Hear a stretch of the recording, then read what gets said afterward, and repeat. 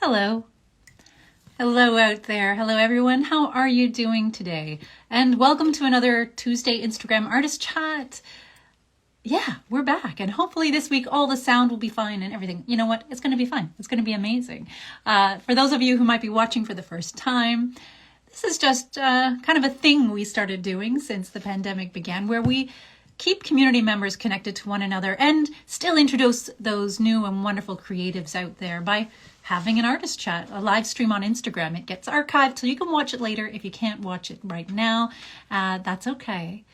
But today we are we're happy to be here with I guess you could say a longtime friend of the Living Room project, an artist who has been with us pretty much since the very beginning of the project. When we opened the storefront studio space, the one we used to have at 149 Simcoe Street. Teresa Garcia Mendoza is a fantastic artist. I would like to describe them as a multidisciplinary artist because there's, again, not one single creative endeavor that I haven't seen them turn their hands to where they've just excelled and, just jumped in, tried it out, and then a few days later you find out that they've created so many masterpieces. Regardless of the modality, they are just so incredibly talented and kind and interesting and funny. I'm so happy to be connecting with them today. So yeah, why don't we invite Teresa on and Teresa can introduce herself for herself. So there we go. With Teresa Garcia of Margara's Paintings. Hi. Can you hear me? I can hear you. I can see you. Okay. Look beautiful. How are you? I'm really good. Thanks. Thank you. It's so good to see your face. Nice to see you too. It's been so long since we've actually had a chance to connect in person this way. I've been keeping tabs on you on Instagram and looking at all the fabulous work you've been doing. But for folks who might be watching this and meeting you for the very first time, how would you describe yourself? Would you like to introduce yourself to people? Okay. Well, my name is Teresa. I have been here in Canada for more than 20 years. And I love art. But when I came, I had to work. So, when you work, and I used to work in New York, so it was far. So I put all the art aside, but since 10 years ago that I haven't been working, so I started to paint again, and I'm happy because that's what I love to do. And then later I found this wonderful place, the Living Room, that yes, for me it is one of the best things that happened to me here in Canada. And to know you and all the wonderful artists there, all the wonderful people that now I miss so much. I know. I have moments where I think of, you were there a few times on some of those more difficult days where people maybe were having harder times or, maybe different struggles with their mental health that, weren't being managed so well. And those days, there would be times where I'd just be like, oh, this is too much. This is too much. Now I'm like, I miss the too much. I miss that human connection and everything it brought, everything it brings. So hopefully we'll have that again one day. I hope so. I love to volunteer. You know that I used to volunteer at the hospice. With the hospice, I used to go and visit people when they are close to the end, and we cannot even do that. No friends, everything online now. All the family, but at the same time it's good because I have been painting more, so maybe it's a good thing. We have to see the good things in everything.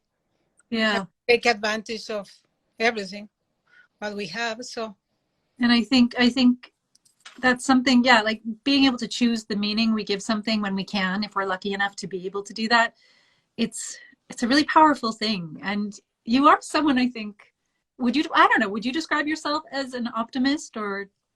Oh yeah, I try.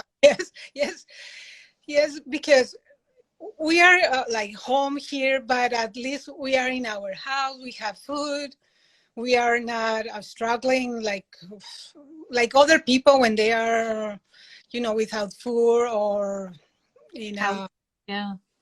you know, we are okay. We are okay. And this is gonna pass. So, and it's a time to learn and Mhm. to realize what is important. Yeah. Oh, I see some hellos. Is that hellos from grandchildren, perhaps? In the My grandson, yes, abuela is grandmother in Spanish. So, well, would you be open to sharing some stories and telling us a little bit about, when you first realized you were an artist? Because knowing you from the studio, I've been privileged to hear some really fun stuff and some difficult stuff from the early days of your work. But we'll start with this question. When were you first aware that you were an artist? oh, I don't, I don't know.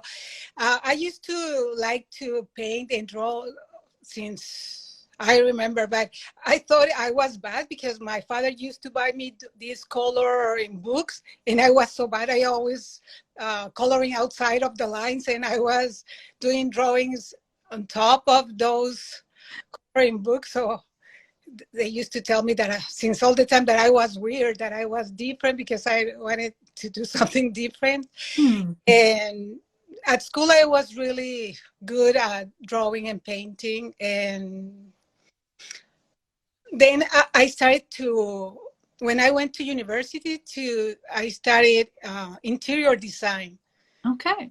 So in those times, everything was by hand. So I used to do the paintings, from buildings and stuff. And everybody liked them. And it was easy for me. It was really easy. So I started to like that. And then one of my son was telling me the other day that when they were at the school, Yeah. I used to help them with the presentation and stuff, and they were always happy because they used to like those. So Do you mean you'd kind of swoop in and make everything look good? yeah, yes. He was telling me that we went to in Mexico. They used to sell these stamps about the Mexican heroes, and we didn't find one. So I drove that that person, and everybody liked it. So Oh, so tell me story stamps about Mexican heroes. yes, so that's what they. So I draw one, and everybody liked it. So Oh, wow.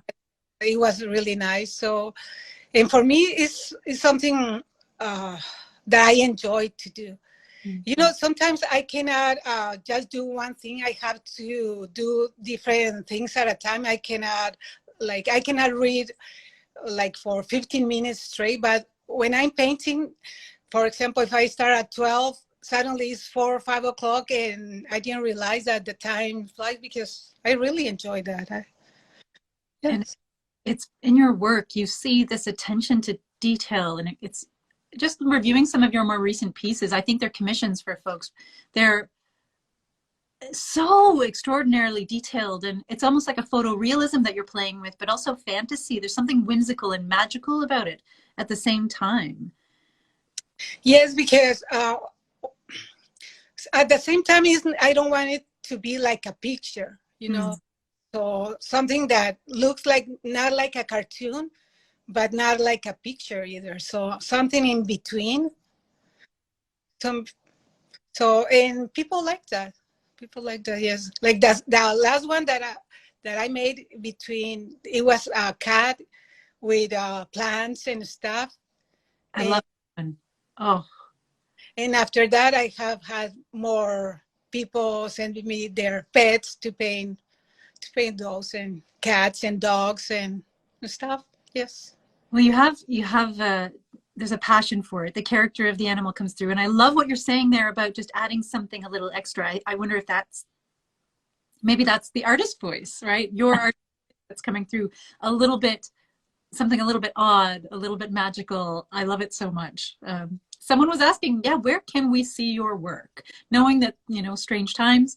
Uh, but is there anywhere, like, where's the best place for people to check out your work if they want to and send you perhaps requests for commissions and things like that? Well, I have a page here in Instagram where Okay. uploaded some of my paintings. Is that Margara's paintings? Yes, yes. And at my husband's place, I have some there. That's true. Okay. You And know, yes, and some people go there and buy the painting, so that's nice. that's actually the first place I saw your work.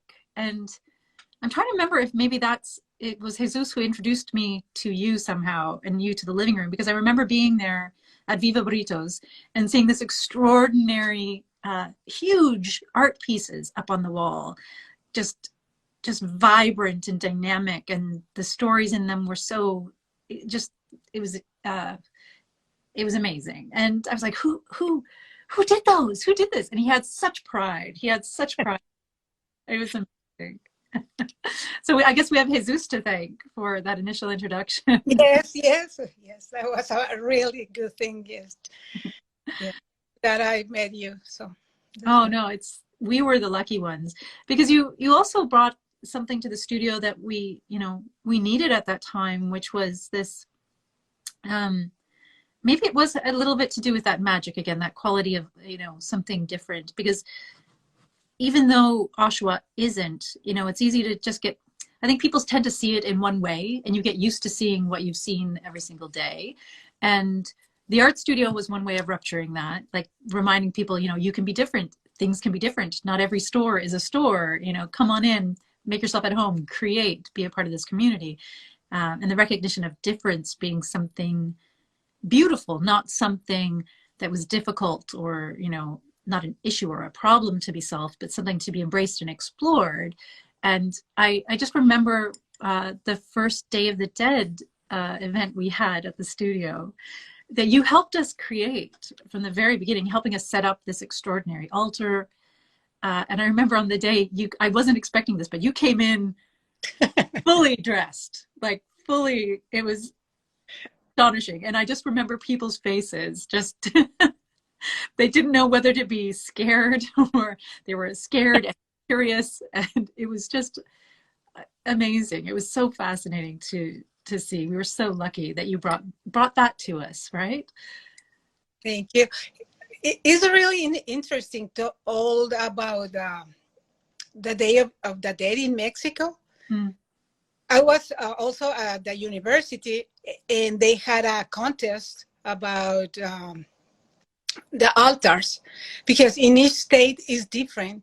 So they gave me the state of Oaxaca, and it's really important there, the Day of the Dead there. The celebration is like for a week, and it's really, really nice. By the way, my friends and I, we were planning to go last year there, but with this pandemic. Yeah, so I made it was a group, me and 5 other friends, and we won a good prize there. Really? The first prize. Yes, at the university. It was the first time that I did the altar.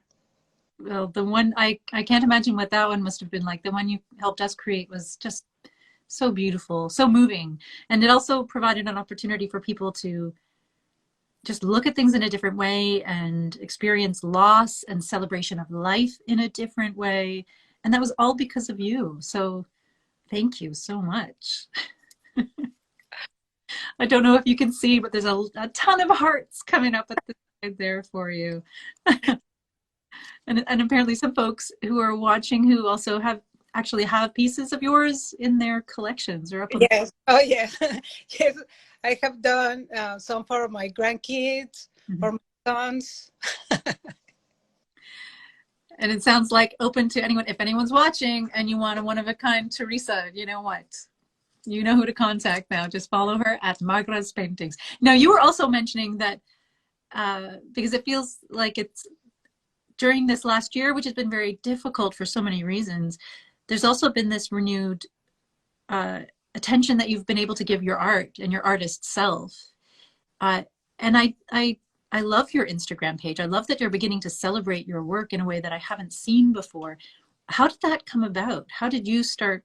When did you realize, okay, this is something I want to share with the world and I want to put focus on, to draw attention to? Um, I don't know. I love to paint, but I'm like the worst person to sell. Hmm. So Jesus told me, "Well, the house is full of your paintings, so you have to do something else." Like, and because my sons and my grandkids and my friends, oh, can you paint this for me? And my husband is like, maybe you can charge for that. Okay, okay. So that's how it started, really. Just Yeah. too much. Share what I do. Yeah. Hmm. When I was living in Mexico, and just before coming to Canada, I have this business. I used to do paintings, but folk art, American folk art. I had, but it was more commercial because I had like 10 ladies that used to paint for me, and another 10 that used to sew for me, like folk art characters like rabbits and frogs and with dresses and stuff. Yeah. And it was really interesting, but it was different because it was more commercial. Was it commercial for like kind of related to tourism and things like that, sort of filling that? I used to sell all this stuff to American companies, and then they used to sell um, at the stores in the United States. Mm-hmm. It was like folk, but American folk art, all folk art. So it was something they recognized the skills and the gifts that you had, and you were able to provide that service for Yeah, them. But it's yeah. very when did it, like, were you selling at that time, were you selling any of your own original art, or was it mostly just focused on that? I saw an ad in the newspaper. They were looking for somebody that knew how to paint. So uh, I showed them some of my work, and yes, they liked how I paint. And then they told me, "Can you find more people to paint?" And so I found out more people, and I showed them how to paint because folk art is easier, you Mm. know. But it was a good business before coming to Canada here.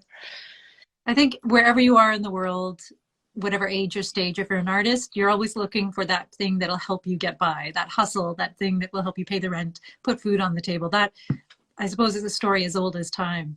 Um, yeah, it's interesting how we find our way in the world, isn't it? And if it's something that you enjoy doing, Yeah. Then that's a really beautiful thing, right? Um, yeah, I was thinking about what it must have been like to have come to Canada. And you were saying yourself, just, it sounds like when you first got here, there's a lot of focus on, or was it that you from Mexico to the States, then to Canada? Or I see we have some. well, I used to live in Ciudad Juarez, that is the border with El Paso, Texas. Okay. So before coming to Canada, we were living in El Paso, Texas. Okay. We lived there for 5 years. And then they sent my husband to work here in Canada. We were planning to stay here in Canada for only for 3 years, because it was when the 2000 bug was going to hit the computers, remember? I do. So he helped to come. He came here to help out. He used to work at EDS. EDS used to be in GM, General Motors. Yeah. So, but we love Canada, so we stay. I'm glad you did. I'm glad you did. But it sounds like in the early days you were so very busy with everything that art took a back seat. And that's such a common story I hear from people, and myself included. Even when I was running this, like the storefront studio, it's so easy to get caught up in something else, and suddenly the art stops. Yes. It's, it's such a strange thing. Um, when you returned to making art again, did you notice, was there any sort of like positive side effects of that creative process? I know that, I mean, obviously it was for a very difficult reason, but I'm just curious to see, what happened, like how that creativity infused everything else in your life once you sort of, gave into it?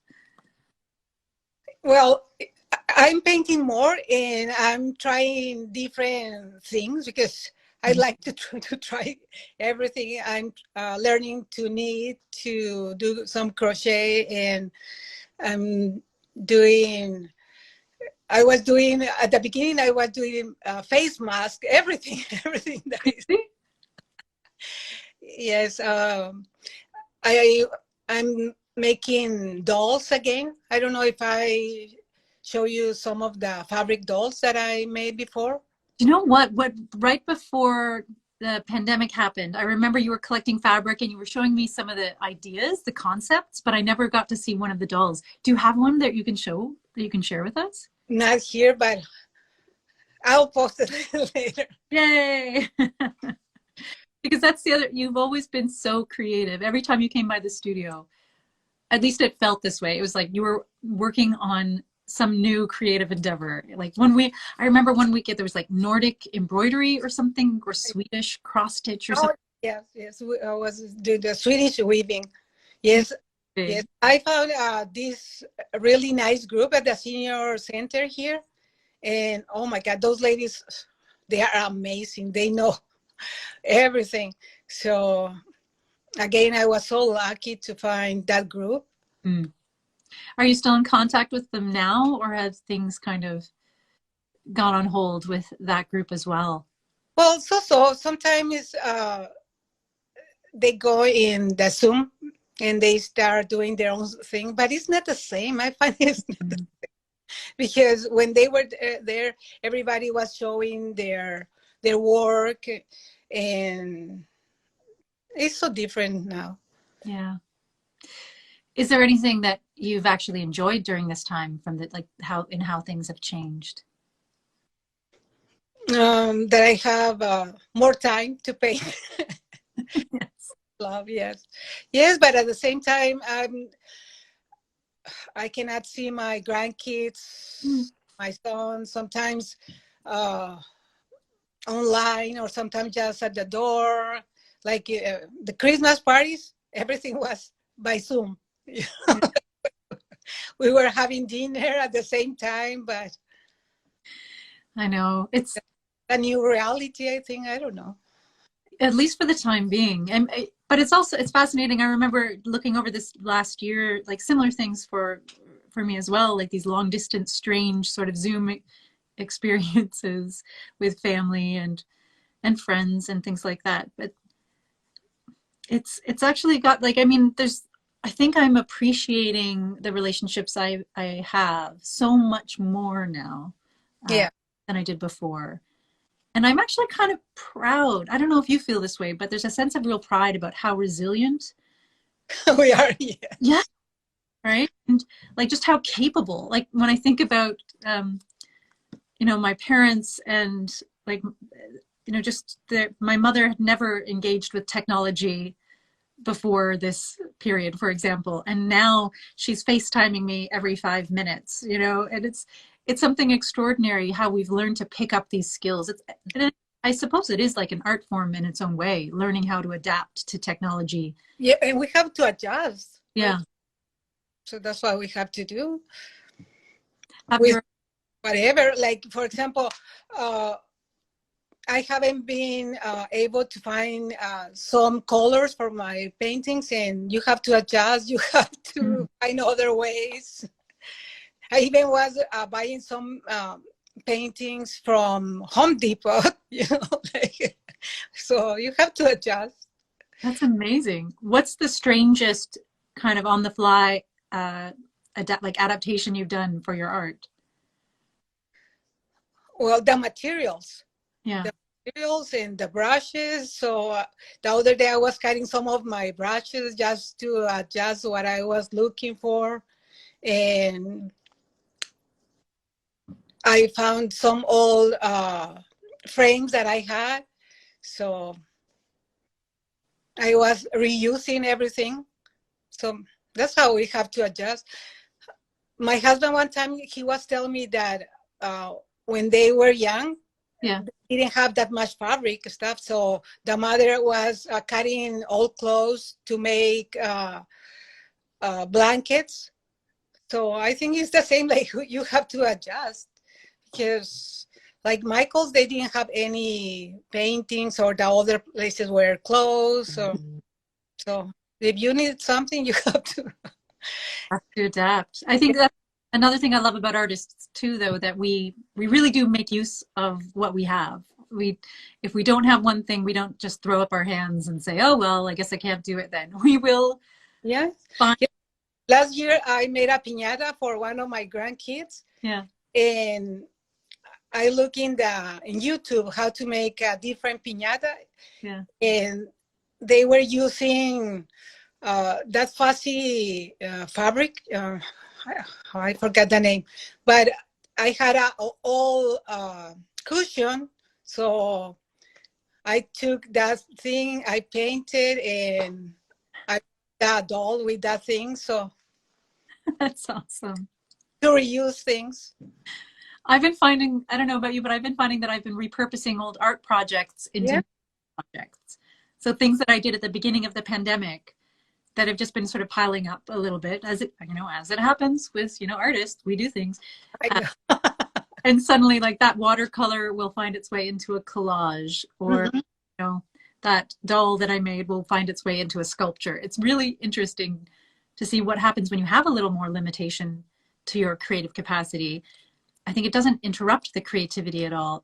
It maybe just forces us to look at things in a slightly different. Yeah, that's what I think. Yeah. Yeah. Oh, is there anything during this time that you feel like you'll carry forward with you creatively? Anything that you've learned about yourself as an artist that you're like, oh, I'm really proud of that. I want to take that forward.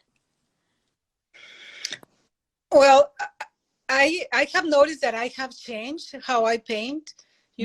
I can see my paintings, and I can do that realistic better than before.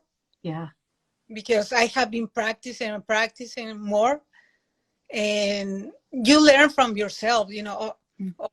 I did this when I used to do that. It was really bad, so I have to change the shadows, the lights. Yes, I think I have improved. How was your relation? That to me, that suggests that your relationship with your inner critic has changed too. Yes. Oh, yes. Yes. And because you can use like your channel and YouTube, and you have to look all books now that you have time to learn about more stuff. So just letting yourself learn instead Yeah. of judging yourself harshly for what you can't do as well as you want to. Just cutting yourself flat. And just judging yourself. Yeah. Well, hopefully building, like strengthening. It sounds like you're definitely, you sound, at least to me, more confident than you've ever sounded before when you talk about your work. Yes, because I have been selling more. So maybe there. Well, that's not a bad thing. That's fantastic. Congratulations. I think the fact that during a difficult time where we haven't been able to connect with one another, you've actually been like learning, growing, and expanding and connecting with new audiences. So that it sounds like, the whole new door has opened for you with regards to your capacity to create and just own your artist self. I love that. You see, it's a good thing about all these virus. Something that we can choose to give meaning to, and the self-care we've given ourselves hopefully will carry us forward. Because I know too, like for every artist, the journey is different depending on what your own struggles are. We were talking a little bit yesterday about that piece about using art to take care of ourselves, and particularly when it comes to mental health and our physical health, actually. How have you been able to manage that during this time? Well, because I have ADHD, but I think painting, it helps me Mm. a lot, a lot, a lot. Like everything I do other than painting, I can only do it for 15 minutes and then I have to, or less, and I have to do something else and else. But painting helps me so much, so much. It is what I love, and I know it helps me. I don't know what else to say, but for me, it's my therapy. Mm. I think that's enough to say that. That's beautiful. Can I ask, do you have a favorite thing you love to paint or a favorite subject matter you love to paint? I love to paint Indians. I love like from New Mexico. You know, Yeah. in Mexico, where I used to live, there are three states together. Is Chihuahua in Mexico, New Mexico, and Texas. Okay. They are together, and we used to go to New Mexico all the time, and the scenery there is so beautiful. Sedona, Ruidoso, and it changes so much. Uh, uh, have you been there Uh, to Santa Fe, New Mexico, or I've Sedona, or been Ruidoso? to it's on my wish list. I've been lucky enough to go to like some parts of Nevada to see the desert, but it feels like it's not it's the beginning of something. Whenever I'm down there and I see the sky, the mountains, the desert, uh, the rocks, there's just something about it that calls me. So it's definitely on my list as soon as I can go somewhere again. That's I love that place. The sunsets are so beautiful. The white sands are amazing. In the afternoon, the contrast that with the sun and the sunset with the white sands. And so I always like to paint that. And there are so many American Indians there, hmm. and I love to paint that. It's definitely like I think there's a new conversation we're having around uh, the indigenous experience, and for people like myself, especially like learning how to recognize and acknowledge that have been caring for this continent long before we were here. It's an interesting story, and I think like it's a beautiful thing to be able to acknowledge and to see that on a more regular basis. We don't always have that here in Canada, or at least where we're living here in Oshawa, because we've urbanized things to such an extent that a lot of that has been erased. Like I think about that with where the studio used to be, because that along Simcoe Street, that was the carrying place, the ancient carrying place. So I always used to think in the back of my mind when I was opening up, just trying to imagine what it would have been like hundreds and hundreds of years ago before, white settlers and colonizers had arrived. Um, I suppose there are still places in the South where you can see things perhaps closer to what they were. Or maybe I'm mythologizing that a little bit. I don't know. No, I think that's true. Like, well, Canada, it's so beautiful. It has so many places too. Hmm. Like in those places, those states that I was telling you, they are a big states. Yeah. So they are not so crowded like New York. So you can drive for many miles and nobody's there, and you're lucky to see the scenery and animals running, and it's a beautiful place. And here in Canada, up north, I think it's the same. That's true. That's true. There are places to get away and get back to something that seems original, I suppose. And I think it's a case of always wanting what you don't have, because perhaps I'm used to seeing those things in Canada, that when I think of places like New Mexico, it seems so different and enticing to me. It's really different, yes. Yeah. I Okay. don't know, because we are up north here, and the sunsets are really different there. I don't know because it's when it's in the summer, like it's too hot. Even I don't know, the colors are so different, Yeah. so vibrant, and I'll tell you, if I do have a chance to travel there, you will be the first person I call to say, Teresa, where should I go? What should I do? No, places.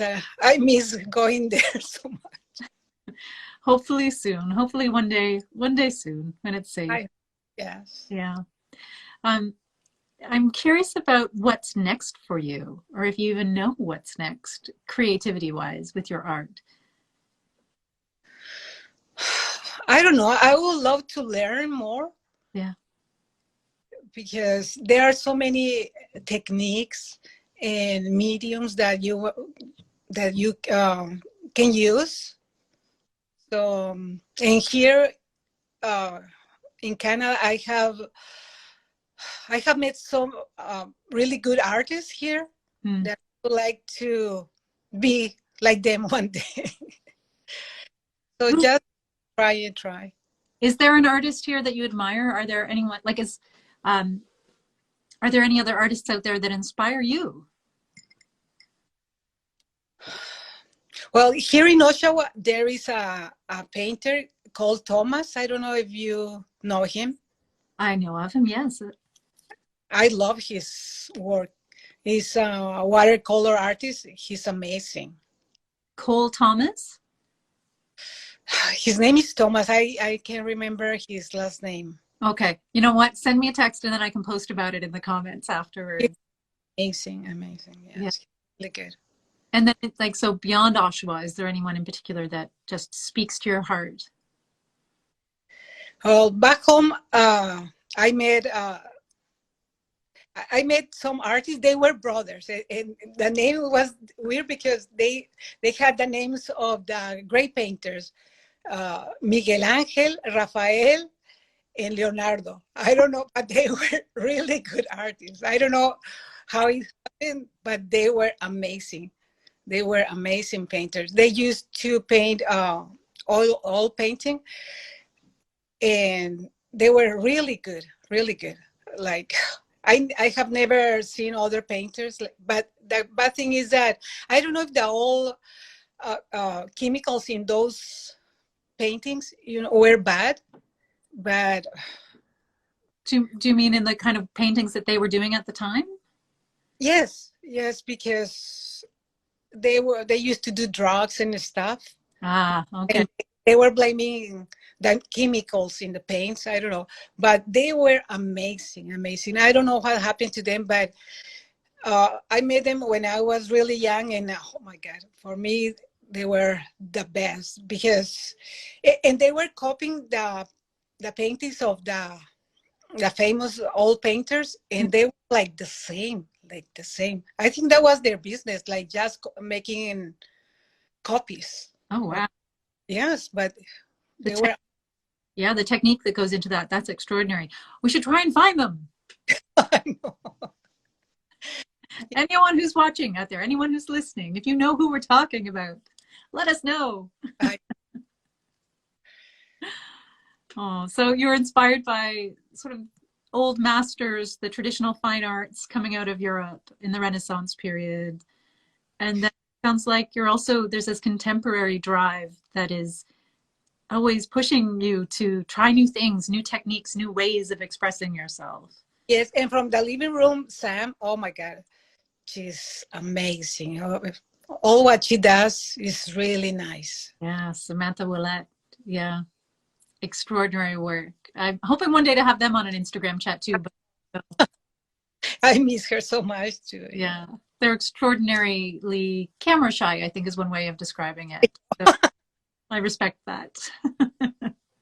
But they're still creating work over on Incognito. So if you look Ms. Incognito on Instagram, folks, you can track Sam's work, and it's really powerful and intense. A lot of it is about animal activism and around that, like to support the save movement. But again, yeah, just so beautiful.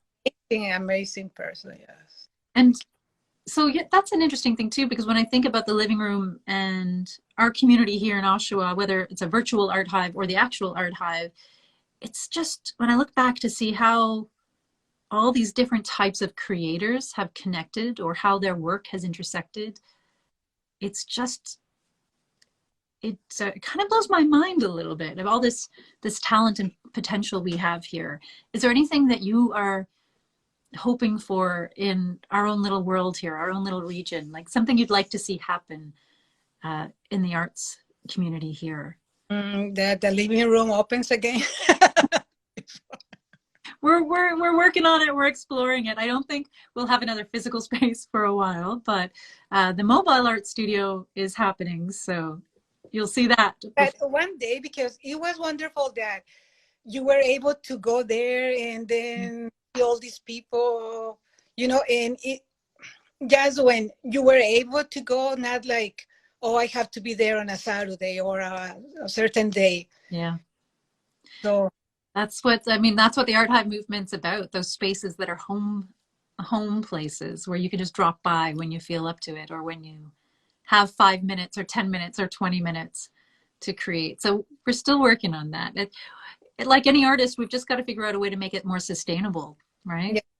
Yeah.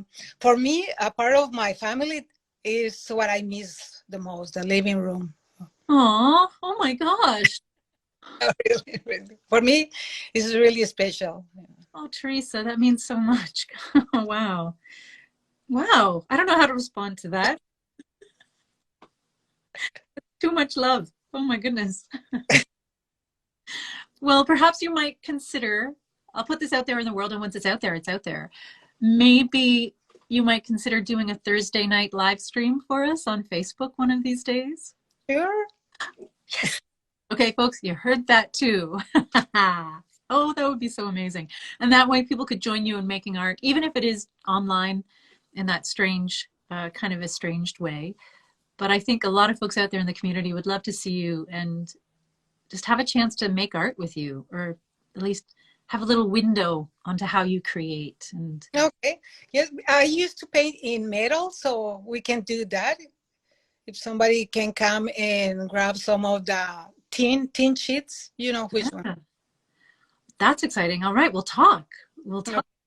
That's so exciting. Oh my gosh. Okay. But in the meantime, you know what? I've had you on for a little while now. Thank you so much for sharing time with me and chatting with the community. It's been so. Thank you. Is there any other last minute things you'd like to say to the community or the folks who are watching? Any shout outs? No, just that you have to do what you love to do, and you'll be fine. Just do what you love to do. I think I needed to hear that today, Teresa. Thank you. Thank you. Well, thank you so much for joining us, and thank you for everyone who was watching. Teresa, have a fabulous day, and I'm going to keep on keeping an eye on the Magaras Paintings Instagram to see what new things are popping up there. Are there any other insights we should follow you on to keep up with what you're creating? No, not for now. I'm going to upload more of the things that I have been doing. Okay. Awesome. Okay. Thank you so much, and we'll see you again soon. Okay. Bye-bye. Bye.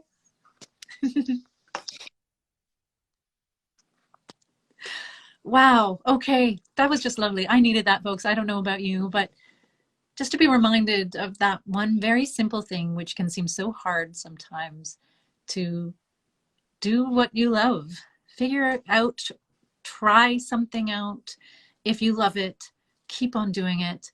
Find ways to incorporate it into your life, and be kind to yourself when you can't do it. But when you can do it, jump in, because it seems like it only makes things better, improves your physical health, your mental health, your just enjoyment of life. Teresa, thank you so much for reminding us of that. Now, folks out there, thank you so much for joining us. There was a lot of love out there for Teresa, and I appreciate that so much. And if you'd like to, continue hanging out with the living room, you're more than welcome to. We're just going to hop on over to a Zoom with the Oshawa Public Libraries right now for Oshawa Stories. But if you'd like to join us for more art creation and chatting, you can also find us on Facebook every 2 p.m. on Wednesdays from 2 p.m. till 3:30, where we just do a live stream. We hang out, we make art, we chat with one another in the comments. And it's just really laid back and fun, an opportunity to connect, to create, to remind one another that we're not alone. Even though we might be on our own right now, we're not alone, okay? So wherever you might be in the world, take care of yourself. Thank you for being there. Hang in, and until we can connect and create with one another again in person, I look forward to connecting and creating with you right here online. Bye, everybody. Bye.